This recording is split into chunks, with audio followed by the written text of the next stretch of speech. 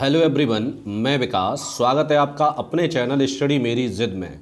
UP police constable भर्ती परीक्षा के लिए हिंदी टेस्ट सीरीज में आपका ये अगला वीडियो है, जिसमें हम हिंदी के 38 बहुविकल्पीय प्रश्न देखेंगे जो आपकी परीक्षा के लिए बहुत उपयोगी हैं। ठीक है, चलिए शुरुआत करते हैं।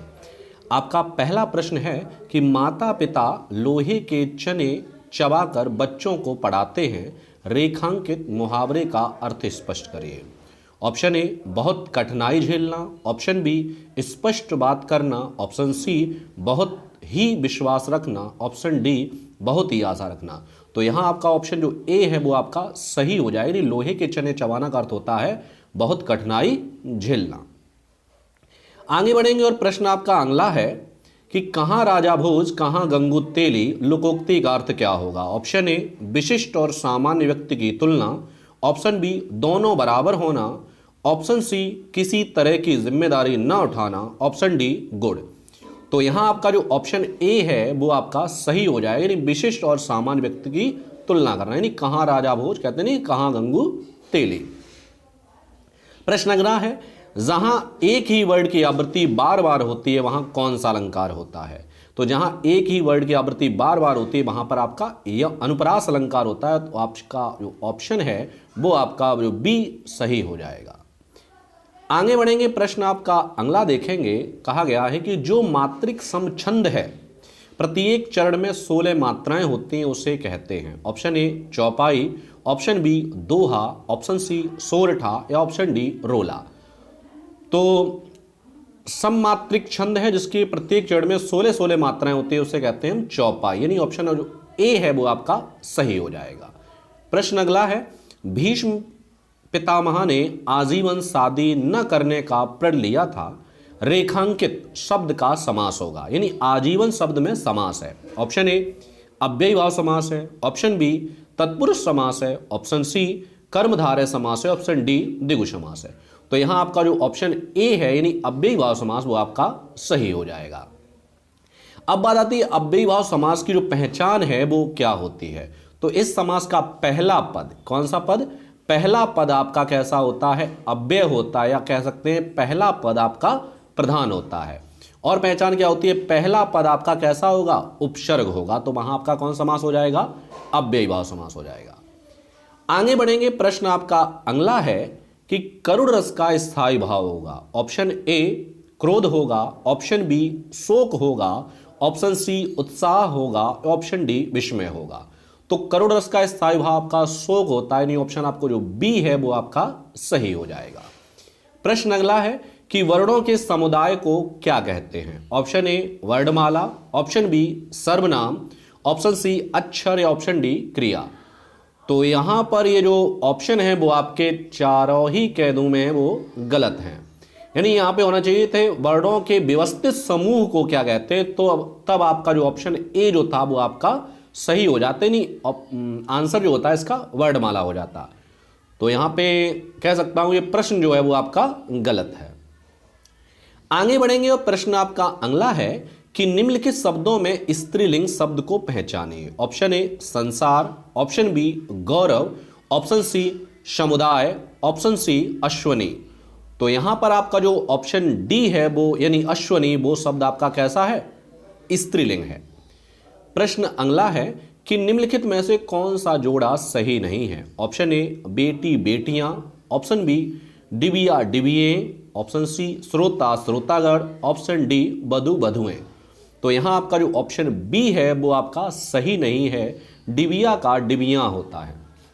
ठीक है, ये आपका क्या कहलाएगा, आपका बहुवचन कहलाता है, सॉरी बहुवचन कहलाएगा। अब आगे बढ़ते हैं और प्रश्न आपका अगला करेंगे। प्रश्न आपका अगला है कि निम्नलिखित वाक्यों में से संबंध कारक वाले वाक्य को पहचानिए। ऑप्शन ए, राम खाना खाता है। ऑप्शन बी, राधा का कुत्ता बहुत तेज दौड़ता है। ऑप्शन सी, राम ने रावण को मारा। ऑप्शन डी, मां अपने बच्चे को मारती है। तो यहां आपका ऑप्शन जो बी है यानी राधा का कुत्ता बहुत तेज दौड़ता है वो आपका सही हो जाएगा। अब संबंध कारक में कारक चिन्ह कौन कौन से होते हैं आपके, का, की, के, रा, री, रे, नानी, रे, तो ये शब्द आपके कैसे आते हैं? काकी के अगर आ रहा है तो इसका मतलब वहां पे आपका कौन सा कारक हो जाएगा? संबंध कारक। तो यहां क्या है? राधा का कुत्ता, का आया है तो यहां पे संबंध कारक है। आगे बढ़ेंगे, प्रश्न आपका अगला है कि निम्नलिखित शब्दों में से विशेषण को पहचानिए। इनमें से ऐसा कौन सा शब्द है जो विशेषण है? ऑप्शन ए ऐतिहासिक है, ऑप्शन बी उपासना है, ऑप्शन सी आश्वासन है सॉरी, ऑप्शन डी अपेक्षा है। तो यहां आपका जो ऑप्शन ए जो है वो आपका सही हो जाए, यानी ऐतिहासिक जो शब्द है वो कैसा है? आपका विशेषण है। यानी इतिहास शब्द इसका मूल शब्द यानी संज्ञा है और ऐतिहासिक इतिहास से बना यानी विशेषण कहलाएगा। और प्रश्न अगला है कि जगाना मूल रूप से क्रिया का प्रथम पेड़ार्थक रूप क्या होगा? ऑप्शन ए जगाना, ऑप्शन बी जगवाना, ऑप्शन सी जागवाना, ऑप्शन डी जाग। तो यहां पर आपका जगवाना वो आपका कैसी बन जाएगी? क्रिया, पेड़ार्थक क्रिया बन जाएगी। आपका बी ऑप्शन सही हो जाएगा। आगे बढ़ेंगे और प्रश्न आपका अगला है कि निम्नलिखित वाक्यों में से पूर्ण वर्तमान काल को स्पष्ट कीजिए। यानी किस वाक्य में पूर्ण वर्तमान काल है? ऑप्शन ए अब हमारे पढ़ने का समय हो गया है, ऑप्शन बी वह घूमने जा रही है, ऑप्शन सी वह पढ़ रहा था, ऑप्शन डी मैं बाहर जाऊंगी। तो यहां आपका जो ऑप्शन ए है यानी अब हमारे पढ़ने का समय हो गया है, वहां पर आपका पूर्ण वर्तमान काल यानी क्रिया पूरी हो चुकी है। यानी वाक्य के अंत में चुका है, चुकी है, लिया है, दिया है, खाया है, पिया है, इस तरीके से आ रहे हैं तो वहां पे पूर्ण वर्तमान काल है। अगर बात की जाए इस वाक्य में ऑप्शन बी में कौन सा काल है? जा रही है, रहा है, रही है, यहां पे आपका हो जाएगा तात्कालिक वर्तमान काल या फिर अपूर्ण वर्तमान काल। फिर है आपका वह पढ़ रहा था, तो इसमें था आया है तो यहां पे भूतकाल, तात्कालिक भूतकाल या अपूर्ण भूतकाल। मैं बाजार जाऊंगी तो यहां पर आपका सामान्य भविष्यकाल हो जाएगा। ठीक है, आगे बढ़ेंगे, प्रश्न अगला है सुरेश गीत गा रहा था, वाक्य में काल है। ऑप्शन ए अपूर्ण भूत है, ऑप्शन बी पूर्ण भूत है, ऑप्शन सी सामान्य भूत है, ऑप्शन डी आसन्न भूत है। यानी रहा था यानी काम अभी भी हो रहा था, यानी काम पूरा अभी नहीं हुआ, यानी अपूर्ण भूत है। यानी ऑप्शन आपका जो ए है वो आपका सही हो जाएगा। आगे बढ़ेंगे और प्रश्न आपका अगला देखेंगे कि पक्षी दाना चुग रहा है, रेखांकित शब्द का पर्यायवाची क्या होगा? यानी पक्षी का पर्यायवाची कौन नहीं है? कौन सा नहीं है? ऑप्शन ए पंकज नहीं है, ऑप्शन बी अंडज नहीं है, ऑप्शन सी खग नहीं है, ऑप्शन डी नभचर नहीं है। तो यहां आपका जो ऑप्शन ए है वो आपका पक्षी का पर्यायवाची नहीं है, वो आपका किसका है? कमल का है। आगे बढ़ेंगे, प्रश्न अगला है कि हमें अनाथ बच्चों की मदद करनी चाहिए, रेखांकित यानी अनाथ शब्द पे रेखांकित है शब्द का विलोम क्या होगा? यानी अनाथ का विलोम क्या होगा? ऑप्शन ए सनाथ होगा, ऑप्शन बी अज्ञ होगा, ऑप्शन सी अपाहिज होगा या ऑप्शन डी जिसका कोई ना हो। तो यहां आपका ऑप्शन ए जो है वो आपका सही हो जाएगा। यानी अनाथ का विलोम क्या होता है? सनाथ होता है। आगे बढ़ते हैं और प्रश्न आपका अगला देखते हैं कि निम्नलिखित शब्दों में से कौन सा शब्द अनेकार्थी नहीं है, यानी उसका एक ही अर्थ है? ऑप्शन ए कनक, ऑप्शन बी अनंत, ऑप्शन सी महावीर या ऑप्शन डी हत्या। तो यहां पे आपका जो ऑप्शन डी है वो आपका सही हो जाए, यानी हत्या का एक ही अर्थ होता है।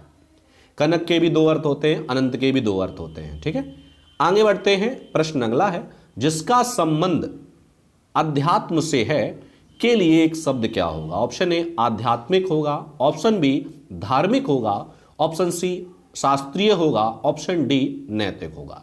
तो जिसका संबंध आध्यात्म से उसे कहते हैं आध्यात्मिक, यानी ऑप्शन आपका ए जो है वो आपका सही हो जाएगा। प्रश्न आपका अगला है कौन सा जोड़ा समरूपी भिन्नार्थक यानी समान रूपी, उसका जो उच्चारण करें तो एक जैसा लेकिन अर्थ अलग अलग है। ऑप्शन ए अवधि अवधि, ऑप्शन बी अनुचर नौकर, ऑप्शन सी आदि अंत, ऑप्शन डी अभिनय नाटक। तो यहां आपका ऑप्शन जो ए है वो आपका सही हो जाएगा। ठीक है, प्रश्न आपका अगला है कि हमें प्रतिदिन सूर्य नमस्कार करना चाहिए, रेखांकित शब्द को पहचाने। यानी प्रतिदिन कैसा शब्द है? ऑप्शन ए उपसर्ग है, ऑप्शन बी अव्यय है, ऑप्शन सी सर्वनाम है या ऑप्शन डी कारक है।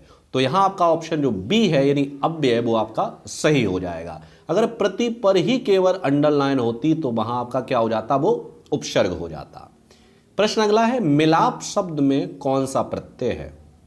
ऑप्शन ए मिल है, ऑप्शन बी आप है, ऑप्शन सी अप है, ऑप्शन डी लाप है। तो मिलाप में कौन सा प्रत्यय है? आप प्रत्यय है। ऑप्शन जो आपका बी है वो आपका सही हो जाएगा। ठीक है, आगे बढ़ेंगे और प्रश्न आपका अगला है, प्रति प्लस आघात का संधि रूप क्या होगा? ऑप्शन ए प्रत्याघात, ऑप्शन बी प्रतियाघात, ऑप्शन सी प्रतियाघात, ऑप्शन डी प्रति आघात। तो यहां आपका ऑप्शन जो ए है वो आपका सही हो जाए, नहीं प्रत्याघात। आगे बढ़ेंगे और प्रश्न आपका अगला देखेंगे। प्रश्न आपका अगला है कि महोषध शब्द का संधि विच्छेद कीजिए। ऑप्शन ए महाधन औषध, ऑप्शन बी महाधन औषधि, ऑप्शन सी महाधन औषधि, ऑप्शन डी महधन औषधि। तो यहां आपका ऑप्शन जो ए है यानी महाधन औषध वो आपका सही हो जाएगा।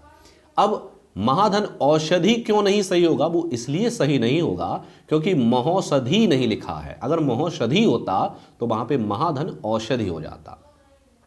प्रश्न अगला है, निम्नलिखित शब्दों में से तद्भव शब्द को पहचानें। इनमें से तद्भव शब्द कौन सा है? ऑप्शन ए पाषाण है, ऑप्शन बी कंगड़ है, ऑप्शन सी प्यासा है, ऑप्शन डी पच्छ है। तो यहां आपका ऑप्शन जो सी है यानी प्यासा वो शब्द कैसा है? तद्भव शब्द है। और तद्भव शब्द क्या होते हैं? जो संस्कृत में परिवर्तित किए हुए शब्द होते हैं वो आपके तद्भव शब्द कहलाते हैं। प्रश्न अगला है, निम्नलिखित में से कौन सा शब्द अशुद्ध है यानी वाक्य जो है अशुद्ध है? ऑप्शन ए आज मैं यहीं रहूंगा, ऑप्शन बी सज्जन लोग भला ही सोचते हैं, ऑप्शन सी क्या तुम कॉलेज जाते हो, ऑप्शन डी अभी तक पत्र नहीं मिला है। तो यहां आपका जो ऑप्शन ए भी सही है, बी भी सही है, क्या तुम कॉलेज जाते हो ये भी सही है और ये भी सही, यानी चारों ही ऑप्शन सही हैं। इनमें से कोई भी ऑप्शन गलत नहीं है। ठीक है, प्रश्न गलत पूछ रहा है यहां पे। आगे बढ़ेंगे और प्रश्न आपका अगला करेंगे। प्रश्न आपका अगला है कि मुझे आज खाने का मन नहीं होती है। अशुद्ध अंश स्पष्ट कीजिए। ऑप्शन ए मुझे गलत है इसमें, ऑप्शन बी आज गलत है इस वाक्य में, ऑप्शन सी खाने का गलत है, या ऑप्शन डी मन नहीं होती। तो यहां आपका ऑप्शन जो डी है वो गलत है, मन नहीं होती है, यहां पे होना चाहिए तो मन नहीं होता है। प्रश्न अगला है, वाच्य के कितने प्रकार हैं? ऑप्शन ए 3 है, ऑप्शन बी 4 है, ऑप्शन सी 1 है, या ऑप्शन डी इनमें से कोई नहीं। तो यहां आपका ऑप्शन जो ए है वो आपका सही हो जाएगा। यानी वाच्य आपके कितने प्रकार के होते हैं? 3। कौन कौन से होते हैं आपके? एक तो नंबर 1 कर्तृत्व वाच्य है, फिर आपका कर्म वाच्य है, और नंबर 3 आपका है भाववाच्य। तो ये आपके कितने प्रकार के होते हैं? वाच्य 3 प्रकार के होते हैं। ठीक है, और आगे बढ़ेंगे। प्रश्न आपका अगला देखेंगे कि वाक्य को समाप्त करने के लिए जिसका प्रयोग किया जाता है उसे कहते हैं। ऑप्शन ए अल्पविराम, ऑप्शन बी पूर्ण विराम, ऑप्शन सी विवरण चिन्ह, ऑप्शन डी उपविराम। तो यहां पे हम कहते हैं अगर वाक्य को हम समाप्त करेंगे तो वहां पे हमेशा हम क्या लगाते हैं? पूर्ण विराम लगाते हैं। ऑप्शन आपका बी जो है वो आपका सही हो जाएगा। प्रश्न अगला है कि निम्नलिखित गद्यांश को पढ़कर उस पर आधारित प्रश्नों के उत्तर दीजिए। नहीं, गद्यांश को पढ़ना है और उनके प्रश्नों के उत्तर देने हैं। चलिए पढ़ते हैं कि भारत का गौरव बढ़ाने वाले महानुभावों में रविंद्रनाथ टैगोर का स्थान अग्रगण्य है। उनका जीवन सदैव पीड़ादायी है। उनका जन्म 7 मई 1861 को कलकत्ता के एक बंगाली परिवार में हुआ था। उनके पिता का नाम देवेंद्रनाथ और माता का नाम शारदा देवी था। उनके पिता ब्रह्म समाज के नेता थे। वे महान कवि, कहानीकार, गीतकार, चित्रकार, संगीतकार, नाटककार एवं सच्चे देशभक्त थे। उन्होंने 8 साल की छोटी उम्र में कविता लिखी थी तथा काबुलीवाला, मास्टर साहब, पोस्टमास्टर जैसी अर्थ स्पर्शी कहानियां हमें दी हैं। सन 1878 में कानून की पढ़ाई के लिए लंदन गए, लेकिन साहित्य प्रेमी रविंद्रनाथ जी ने सन 1880 में बिना उपाधि लिए वापस आ गए। प्रकृति के प्रेमी रविंद्रनाथ जी ने शांति निकेतन की स्थापना की। 16 अक्टूबर 1905 को उनके नेतृत्व में कलकत्ता में रक्षाबंधन के उत्सव में वंग भंग आंदोलन का आरंभ हुआ। इसी आंदोलन में भारत में स्वदेशी आंदोलन का सूत्रपात हुआ। उनकी सबसे लोकप्रिय रचना गीतांजलि रही, जिसके लिए सन 1913 में उन्हें नोबेल पुरस्कार प्रदान किया गया। सन 1919 में हुए जलियांवाला हत्याकांड की उन्होंने भरपूर निंदा की। उनका विरोध इतना तीव्र था कि उन्होंने नाइटहुड उपाधि लौटा दी थी। भारत का राष्ट्रगान जन गण मन एवं बांग्लादेश राष्ट्रीय गीत आमार सोनार बांग्ला उनकी ही रचना है। सर्वतोमुखी प्रतिभा रखने वाले रविंद्रनाथ जी का निधन 7 अगस्त 1941 में कलकत्ता में हुआ। उनका जीवन सदैव पथ प्रदर्शक है। तो ये था आपका गद्यांश। अब इससे जुड़े प्रश्नों को हम हल करेंगे। तो आपका पहला प्रश्न है कि उनके पिता कौन से समाज के नेता थे? ऑप्शन ए ब्रह्म समाज के, ऑप्शन बी आर्य समाज के, ऑप्शन सी सत्यशोधक समाज के, ऑप्शन डी रामकृष्ण मिशन। तो यहां पे आपका ऑप्शन जो ए है वो आपका सही हो जाएगा। उनके पिता जो थे ब्रह्म समाज के नेता थे। प्रश्न अगला है कि जनगण मन राष्ट्रगान के रचनाकार हैं। ऑप्शन ए रविंद्रनाथ टैगोर हैं, ऑप्शन बी बंकिम बाबू हैं, ऑप्शन सी हरिवंश राय बच्चन हैं, ऑप्शन डी सरोजनी नायडू हैं। तो यहां आपका ऑप्शन ए जो है वो आपका सही हो जाएगा। प्रश्न अगला है कि नाइटहुड की उपाधि रविंद्रनाथ जी ने क्यों लौटाई? ऑप्शन ए उन्हें वह उपाधि पसंद नहीं थी, ऑप्शन बी जलियांवाला बाग हत्याकांड के विरोध में लौटाई थी, ऑप्शन सी बंग भंग आंदोलन के विरोध में, या ऑप्शन डी ब्रिटिश शासन ने उनसे ले ली थी। तो नाइटहुड की उपाधि रविंद्रनाथ टैगोर ने जलियांवाला बाग हत्याकांड के विरोध में लौटाई थी। प्रश्न आपका अगला है कि रविंद्रनाथ टैगोर की कौन सी रचना को नोबेल पुरस्कार प्राप्त हुआ? Option A Kabuliwala, option B master Sahab, option C postmaster, या ऑप्शन डी गीतांजलि।